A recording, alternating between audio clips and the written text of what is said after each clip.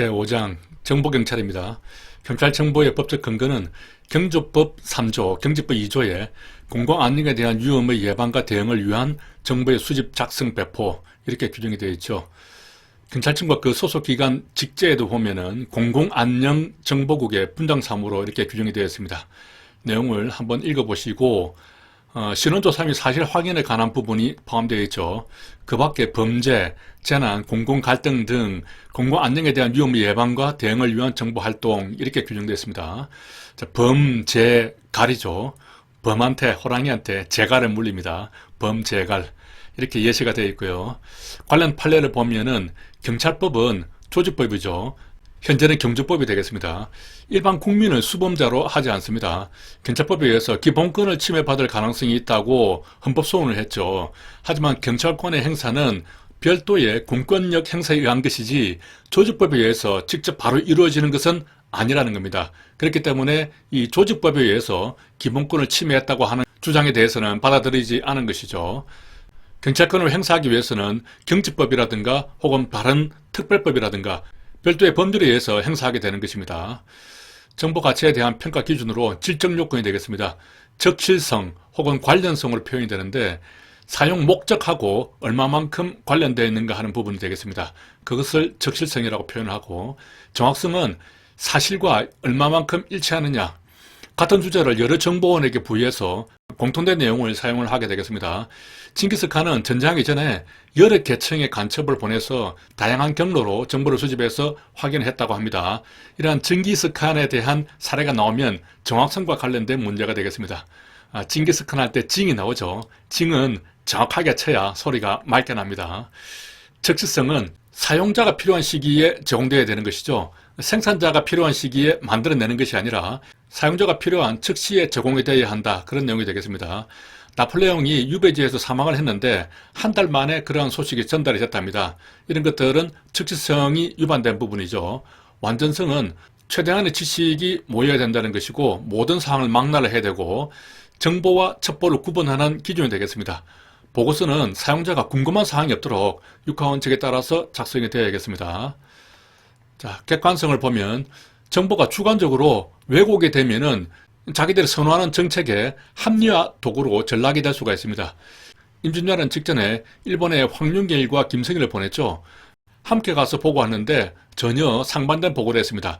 이것은 자신의 정파의 입장에 따라서 사실관계를 주관적으로 왜곡한 것이죠. 여기서 임진왜란 사례가 나옵니다. 왜란이 나올 때 왜가 나오고 또 왜곡했다, 왜 이렇게 서로 연관시킬 수가 있고 이것은 객관식 문제라는 것입니다. 객할 때 에 사운드가 나오죠. 이렇게 전체적으로 연관해서 기억을 하시기 바랍니다. 이 객관성은 정확성하고 좀 혼돈되기가 쉽습니다. 아까 징기스칸도 여러 간첩을 보냈죠. 사실관계를 정확하게 파악하려고 했던 것이고 여기서도 복수의 선언을 보냈죠. 이때도 사실관계는 파악을 했지만은 자기들의 입장에서 주관적으로 왜곡을 한 것이죠. 따라서 이 객관성이라는 것은 기본적으로 정확성이 바탕이 된 상태에서 나오게 되는 개념이 되겠습니다. 만약에 황윤길과 김성일이 사실관계를 정확하게 파악하지 못해서 서로 상반된 보고를 했다면은 그것은 객관성의 문제가 아니라 정확성의 문제가 되겠죠. 아래 사례를 보면은 영국 의회에서는 총리실이 이라크 전쟁 방침을 합리화하기 위해서 무언가를 합리화한다. 이런 것은 객관성의 문제가 되는 것이죠. 개전 시 이라크 45시간 내에 대량 살상 무기를 사용할 것이다 하는 정보 보고서를 조작을 했다. 이렇게 조작 문제가 나왔습니다. 이런 것들도 객관성과 관련된 문제로 주장을 했습니다. 이에 대해서 총리실은 어떻게 반박했냐면 대량 살상 무기는 발견되지 않았으나 그러니까 자기들이 수집한 첩보의 정확성에 문제가 있었다는 것이죠. 조작은 없었다. 왜곡은 하지 않았다. 결국 객관성에는 문제가 없었다. 이렇게 밝힌 것이 되겠습니다. 따라서 이 사례는 객관성과 정확성에 대한 문제가 되겠습니다. 미국 국무장관을 역임했던 콜린 파월이 자신의 리더십 지침 중에서 필요한 정보량이 40에서 70% 안에 들면은 이것은 완전성과 관련된 문제죠. 100%가 완전한 것인데 비록 좀 부족하더라도 이를 배짱 있게 추진한다. 이것은 적시성을 놓치지 않겠다는 의미가 되겠죠. 완전성과 적시성에 대한 사례가 되겠습니다. 정보의 효용을 보겠습니다. 접시소통형, 접시소통형이 되겠습니다. 접근 허용, 사용자가 쉽게 접근해서 사용을 할 수 있어야 되겠죠. 경찰청 정보기록실 운영하고 관련이 높습니다. 정보 통제 효용을 제한하지 않는 범위 내에서 접근성을 높이는 방향으로 관리를 해야 되겠죠. 시간 효용은 사용자가 요구하지 않아도 생산자가 판단해서 사용자에게 가장 적절한 시기에 정보를 제공을 해야 됩니다. 사용자는 어떤 정보가 있는지 모르기 때문에 자기가 사용할 그 시점을 잘 정할 수가 없겠죠. 생산자가 판단해서 이러한 정보라면은 사용자에게 이 시점에서 필요하겠다. 그렇게 생산자가 판단해서 제공을 하게 되겠습니다. 자, 정보는 궁정이라는 말이 있죠. 이것은 소유 효용이 되겠습니다. 통제 효용은 필요한 사람에게 필요한 만큼 준다는 것입니다. 차단의 법칙과 관계가 되고 한정성의 원칙하고도 관련이 됩니다. 알 사람만 알아야 한다는 원칙 또는 필요성의 원칙이라고도 할 수가 있습니다.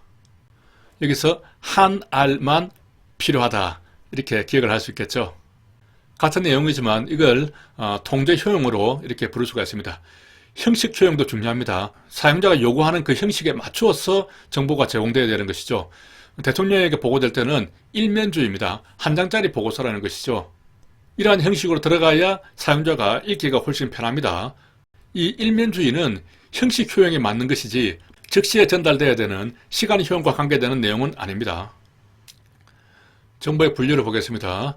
자, 정보 요소에 따라서 정치, 경제, 사회, 군사, 과학 정보 등을 나눌 수가 있고 사용하는 수준에 따라서 전략과 전술 정보로 나눌 수가 있습니다.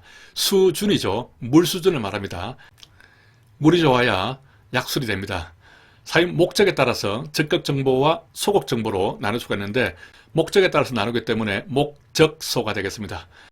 정보 출처에 따라서 부차적, 근본, 공개, 비밀, 우연, 정기 이렇게 나눌 수가 있는데 출처는 부근, 공비, 우정이 되겠습니다. 분석 형태에 따라서 기본, 현용, 판단 정보가 나누어지죠. 분석 형태할 때 분 형태가 기본할 때 비읍이 일치가 되고 현할 때는 히읗이 일치가 되죠. T급과 PFC도 비슷하게 됩니다. 분석 형태라 말해서 기본, 현용, 판단 정보를 의미한다는 것을 유추를 하면 되겠습니다.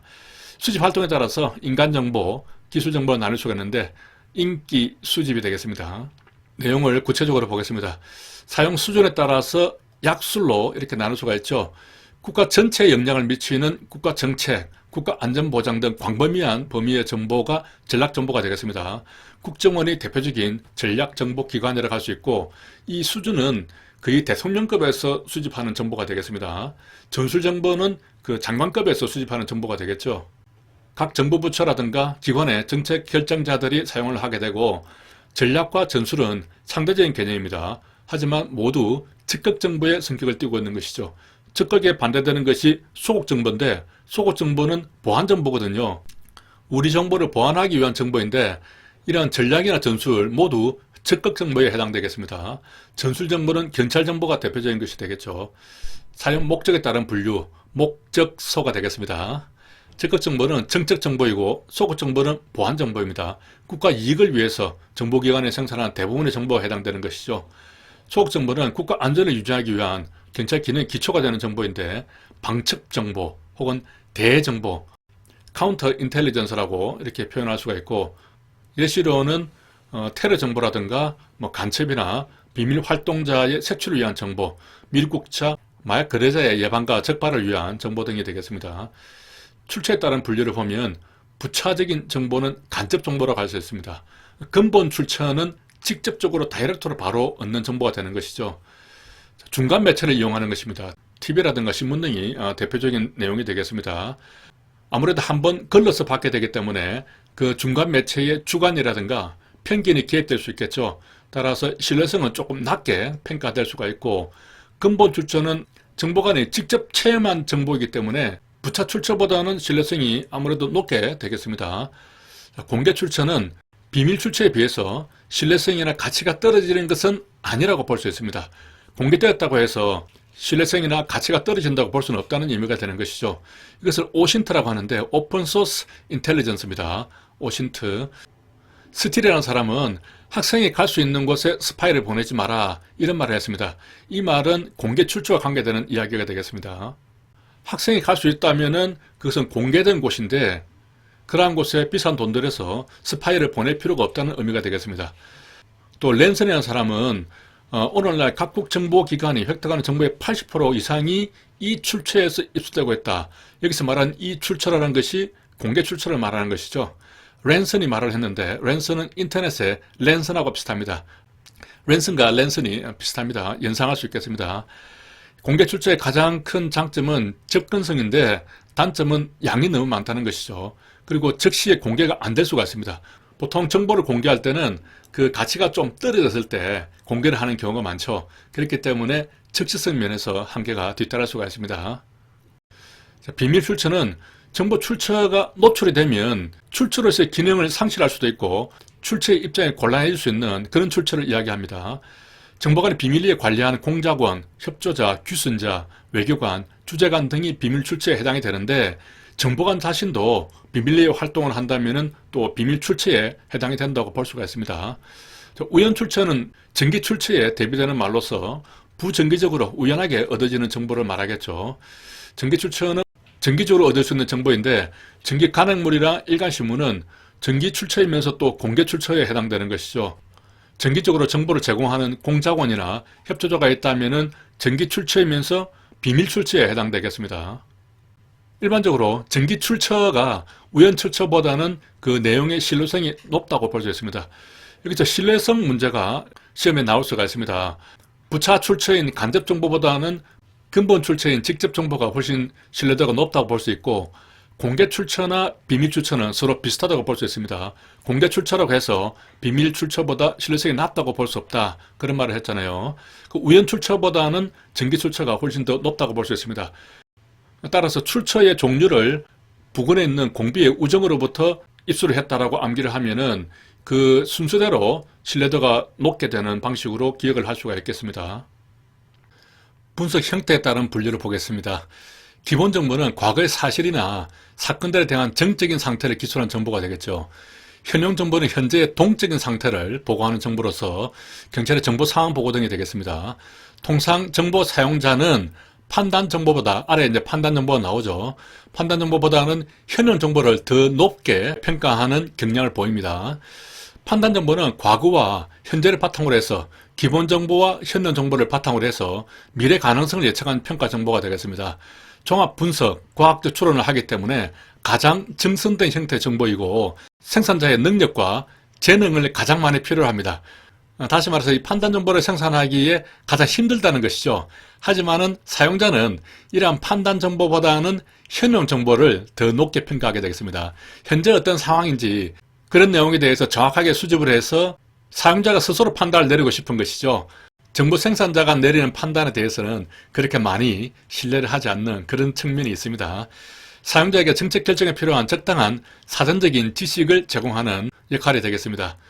수집 활동에 따른 분류를 보면 인간정보와 기술정보, 인기 수집이 되겠습니다. 인간정보는 휴민트라고 합니다. 휴먼 인텔리전스죠. 인간정보는 첩보 수집의 시작이자 마지막이다 이렇게 표현할 수 있고 역공작이라고 있죠. 상대방이 우리에게 공작을 펼칠 때 그것을 오히려 역으로 이용하는 것을 말합니다. 그러한 역공작은 휴민트만이 가능하다는 것이고 테러, 마약, 국제범죄 조직은 기술정보로 파악하는데 한계가 있겠죠. 은밀하게 비밀스럽게 움직이기 때문에 기술정보만으로는 한계가 있습니다. 하지만 이중 스파이 문제가 있습니다. 우리 정보원이 배신을 하든가 어떤 음모를 꾸밀 수가 있겠죠. 테킨트의 발달로 휴민트의 영역이 줄고 있으나 테킨트는 기술정보를 의미합니다. 이러한 테킨트가 발달하더라도 여전히 휴민트는 중요성을 가지고 있습니다. 자, 테킨트에는 영상정보와 신호정보가 있는데 영상정보는 다시 이민트라고 합니다. 이미저리 인텔리전스가 되겠습니다. 사례로 걸프전이 나옵니다. 미국에서 레이더 정찰 위성으로 이라크 군의 장비와 지하 벙커의 위치를 탐지했다. 이것은 영상정보와 관계되는 이야기죠. 또 미첼은 전선 위를 한번 비행하는 것이 지상을 수백 번 다니는 것보다 적군을 더 분명하게 파악할 수 있다고 말했습니다. 이것 또한 영상정보와 관계되는 말이 되겠습니다. 자, 신호정보는 시즌타라고 부릅니다. 시그널 인텔리전스. 영상정보로는 획득할 수 없는 상대방의 내심과 목적을 원거리에서 파악하는 것인데 소련이 대한항공기의 격추 사실을 시인한 것은 일본이 레이더와 전파 도청으로 그러한 교신 기록을 확보하기 있었기 때문입니다. 신호정보는 상대방이 통화를 해야 알 수 있는 것이죠. 그렇기 때문에 상대방이 침묵하거나 또 보안 조치를 강구해버리면 알 수 없는 그런 단점은 있습니다. 여기에 영상 정보는 레이더로 수집한 시각적 정보가 되겠습니다. 시각적 정보라는 이 부분에 포인트를 맞춰야 되는 것이지 레이더가 나왔다고 해서 신호 정보로 바로 내려가면 안 되겠습니다. 레이더 신호는 신호 정보가 되는 것이죠. 자, 정보의 분류를 다시 한번 정리를 해보겠습니다. 오신트는 오픈소스죠. 공개 출처가 되겠습니다. 휴민트는 휴먼 인텔리전스, 인간 정보고, 테킨트는 테크니컬 인텔리전스입니다. 기술 정보가 되는 것이고, 그 아래에 이민트, 시진트가 있게 되겠습니다. 정보순환의 특징은 각 단계별로 소순환 과정을 거칩니다. 이러한 과정을 통해서 전체적인 순환 과정에 연결되는 것이죠. 따라서 돌고 돌기 때문에 다이아몬드형이라든가 원형으로 이해를 하는 경향이 있고, 직렬 형태만으로 쭉 앞으로 나아가기만 하는 그런 형태로는 이루어지지 않는다 하는 의미가 되겠습니다. 이 순환 과정을 보면 먼저 요구해서 수집, 생산, 배포를 하게 되죠. 각 단계별로 또 소순환 과정이 있습니다. 정보 요구는 첩보 기본 요소를 결정을 하고 수집 계획서를 작성해서 명령하달하면은 사후 검토가 되겠습니다. 이 내용이 가끔 시험에 나오기 때문에 두 문자만 따면은 요게 명검이 되겠습니다. 요게가 가진 명검을 요구하는 것이죠. 아래 그림 보면은 요게죠. 요게가 반짝반짝한 이 명검을 가지고 있습니다. 요게 명검을 요구하는 것이 정보 요구가 되겠습니다. 자, 정보 수집을 보면은 수집 계획을 세워서 출처를 개척해서 수집 전달하게 되겠습니다. 이 내용은 크게 어려운 부분이었고요. 생산은 분석이라고도 표현을 합니다. 선택, 기록, 분류, 평가, 분석, 종합, 해석 이런 순서대로 진행이 되는데 기록은 분류라고도 표현이 됩니다. 기분 이렇게 기억을 할 수 있고요. 두 문자를 따면은 성기, 평분, 종해죠. 성기라는 어떤 육상 선수가 있다면은 평분을 평발로 바꿉니다. 평발해서 종해했다, 해산을 시켰다 그런 의미가 되겠습니다. 여기 성기가 있죠. 성기가 평발입니다. 그래서 종해를 시키고 있죠. 평발이 학기처럼 표현이 되어 있습니다. 정보 배포는 사용자에게 구두, 서면, 도식 등으로 배포되는 단계가 되겠죠. 정보를 요구하는 방식은 PNIO, 국가정보 목표 우선순위가 되겠습니다.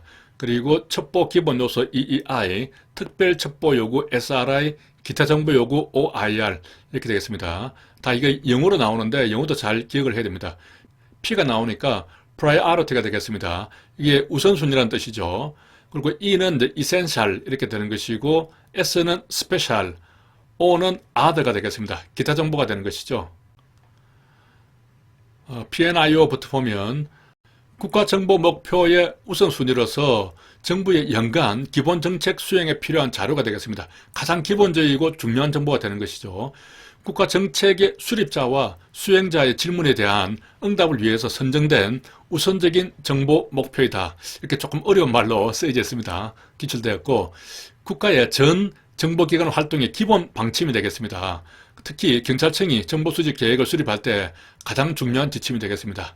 첩보 기본 요소는 정보관들이 일상적으로 수집하는 가장 기본적인 상황이 되는 것이죠. 사전에 반드시 첩보 수집 계획서를 작성을 해서 진행이 되겠습니다. 정보 요구의 소순환 과정을 다시 한번 보면은 첩보 기본 요소를 결정을 하고 수집 계획서를 작성을 해서 명령을 하달을 하죠. 이러한 첩보 수집 계획서를 반드시 작성을 해서 정보 요구를 하는 것이 EEI가 된다는 것입니다. 여기에도 보면은 첩보 기본 요소라는 부분이 들어가 있죠. 이때 첩보 기본 요소라는 말은 정보 요구의 방식을 의미하는 것이지 위에 보면은 첩보 기본 요소 결정한다는 이 단계를 의미하는 것이 아닙니다. 이러한 소순환 과정 전체를 거쳐서 EEI를 수집하게 된다는 그런 의미가 되겠습니다. 계속 반복적으로 수집해야 되는 상황이고 통계표와 같이 공개적이라든가 문서화된 경우가 대부분이고 광범위한 지역에서 항시적으로 요구되는 사항이 되겠습니다. 자, 특별 첩보 요구가 SRI인데 임시적이고 돌발적이고 단계적인 문제 해결을 위한 요구가 되겠습니다. 이때는 사전 수집 계획서는 필요 없겠습니다. 정보 요구 단계에서 요게 명검이 있었죠. 그때 사전 수집 계획서를 작성하지 않기 때문에 바로 명령이 떨어지는 것이죠. 위에 EEI하고 비교를 하면은 정보관이 미리 첩보 수집 계획서를 작성을 해서 또 상부의 허가를 받아서 수집하는 것하고 이 경우는 정보관이 사전에 수집 계획서를 작성할 필요가 없는 것이죠. 위에서 바로 명령이 떨어지면은 요구사항에 맞춰서 바로 첩보를 수집하기 때문에 사전 수집 계획서는 필요 없다는 의미가 되겠습니다. 정보기관 활동은 주로 이러한 SRI 방식에 의해서 진행이 됩니다. OIR은 Other Intelligence Requirement죠.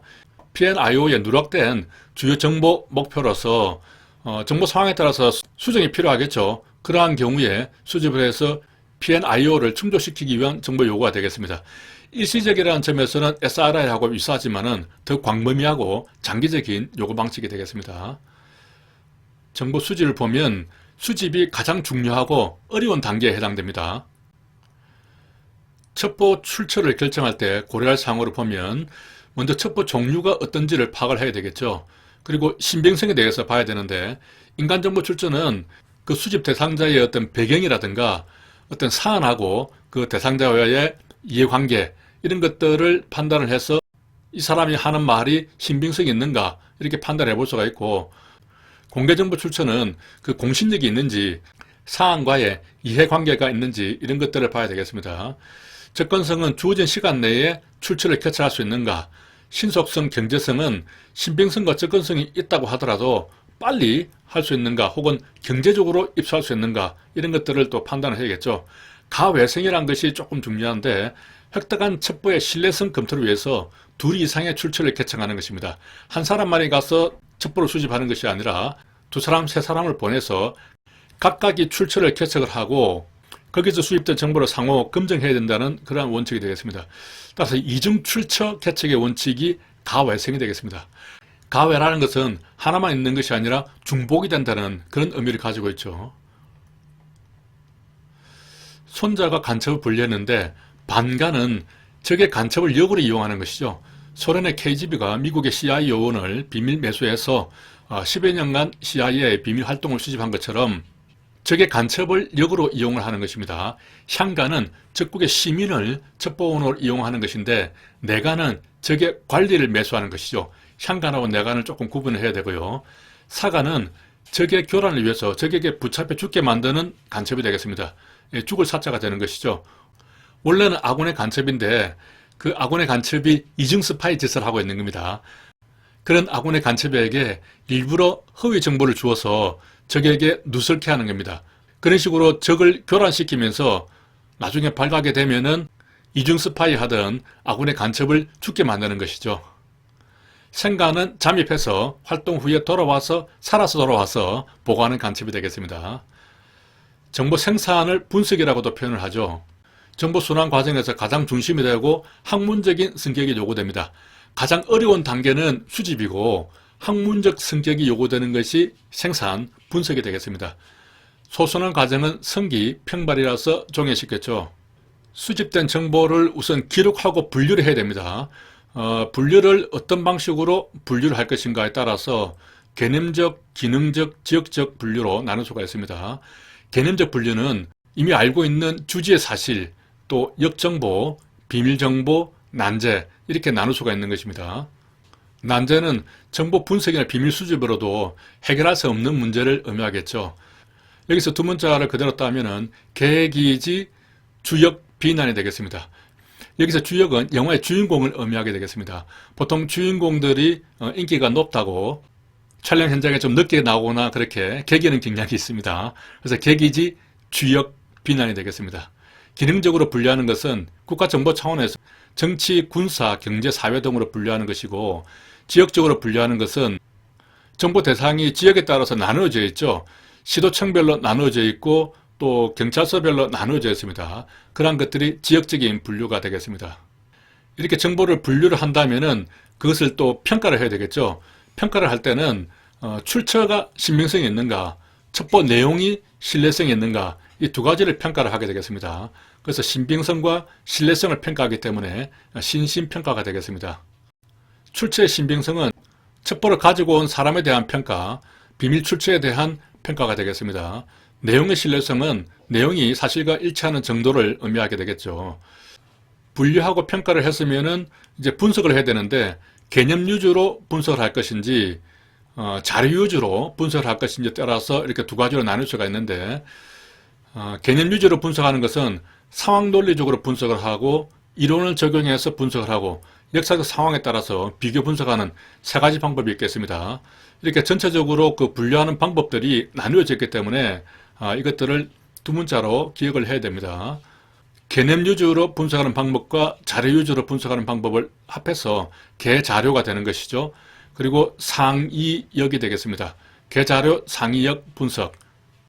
상황 논리적 분석 방법이 가장 일반적으로 사용되는 모형이 되겠습니다. 구체적 사실과 관련된 특수성, 이해관계 등을 우선적으로 고려해서 상황이 논리적으로 어떤 방향으로 전개될 것인지에 대한 결론을 도출하는 방식이 되겠습니다. 이론을 적용하는 것은 현안에 가장 적합한 이론을 적용을 하는 것인데, 예를 들면 학생운동의 전개 방향을 전망을 하면서 그 학생운동을 주도하는 계파의 이론적인 배경을 먼저 공부를 하는 것이죠. 역사적 상황을 비교 분석하는 것은 과거 사례들을 비교해서 결론을 도출하는 것인데, 특정 단체가 과거에 폭력 시위 전력이 있었다면 금지 통고가 필요하다, 이런 판단을 제시하는 경우에는 이 역사적 상황에 대한 비교 분석이 되겠습니다. 상황 논리 분석에 필요한 충분한 자료가 없는 경우에 가장 간편하고 분석 시간을 줄일 수 있는 방법이 되겠습니다. 자료 위주 분석은 분석보다는 수집에 우선순위를 두는 형태인데, 첩보 양이 부족한 경우에는 이 자료 위주 분석 방법으로 하면은 단순화 우려가 발생을 하고, 또 분석을 할 수 없기 때문에 다시 첩보 수집을 요구를 하다 보면은 계속 그러한 상황이 반복이 되는 무한 회귀의 오류에 빠질 수도 있습니다. 여기에 대한 비판은 첩보가 많을수록 반드시 분석의 정확성이 높아지는 것은 아니다, 이렇게 볼 수 있습니다. 첩보가 너무 많다 보면은 수집된 첩보 간의 상충 등으로 분석의 정확성을 오히려 해칠 수도 있겠죠. 이렇게 수집된 정보를 마지막으로 이제 배포하는 단계가 되겠습니다. 배포의 원칙은 적시성, 필요성, 적당성, 보안성, 그리고 계속성이 있습니다. 두 문자를 따면 적, 필적, 보계가 되는 것이죠. 전쟁에서 적을 포로로 잡았는데 그 적의 필적을 보니까 보통 사람 필적이 아닌 겁니다. 그래서 옆에 사람에게 적, 필적, 보계, 이렇게 말을 할 수 있겠죠. 적시성이라는 것은 정보 활용에 필요한 최소한의 시간적인 여유를 보장을 해서 배포를 해야 됩니다. 활용하기 직전에 배포한다, 이렇게 하면 틀린 질문이 되겠습니다. 활용하기 직전에 배포를 하면은 검토를 할 시간적인 여유가 없죠. 그렇기 때문에 최소한의 시간적 여유를 보장을 해야 됩니다. 또 중요하고 긴급한 정보를 우선적으로 배포를 해야 됩니다. 먼저 생산된 정보를 우선해서 배포한다, 이런 질문이 나오면 틀린 것이 되겠습니다. 중요하고 긴급한 것을 우선적으로 배포를 해야 되는 것이고, 필요성은 알 필요가 있는 대상자에게 알려야 되는 것이죠. 하나만 필요하다고 했습니다. 적당성은 사용자의 능력과 상황에 맞춰서 생산자가 적당한 양을 조절해서 그렇게 전달하는 것이 되겠습니다. 배포의 원칙에서는 이 보안성이 중요합니다. 시험에서도 몇 번 나왔죠. 물리보안, 인사보안, 분리조치, 통신보안, 이렇게 네 가지가 있습니다. 두 문자를 따면은 물인분통이 되는 것이죠. 물인분은 설명을 안 드려도 알 수 있겠죠. 제가 어릴 때 시골에서는 밭에 거름을 줄 때 이 물인분통을 짊어지고 가서 뿌렸죠. 저는 TV에 보니까 북한에서는 아직도 이 물인분통을 이용을 하고 있다고 합니다. 물리보안은 시설이나 장비에 대한 조치죠. 보호구역을 설정한다든지 시설보안, 이동수단 등에 대한 물리적 보안이 되겠습니다. 인사보안은 사람에 대해서 하는 것이죠. 담당 공무원에 대해서 보안 심사를 한다, 보안 서약을 한다, 보안 교육을 시킨다, 이런 것들이 되겠습니다. 분리조치는 문서에 대해서 하는 조치입니다. 자, 위에서는 시설, 사람, 문서, 이렇게 분류가 되는 것이죠. 문서에 대해서 비밀을 표시하고 배포 범위를 제한하고 폐기문서를 파기하는 것 등이 되는데, 문서에 대한 열람 자격을 제한한다는 것은 열람 자격이란 말이 나오니까 이것이 인사보안이 아닌가, 이렇게 착각을 할 수가 있습니다. 하지만 그 문서에 대해서 볼 수 있는 사람을 제한한다는 것이죠. 따라서 이것은 문서에 대한 제한이 되겠습니다. 사람에 대한 제한이 아니라는 것에 유의를 해야 되겠습니다. 통신보안은 잘 알 수 있고, 계속성은 한번 배포가 되었으면 계속 배포를 해야 한다는 것입니다.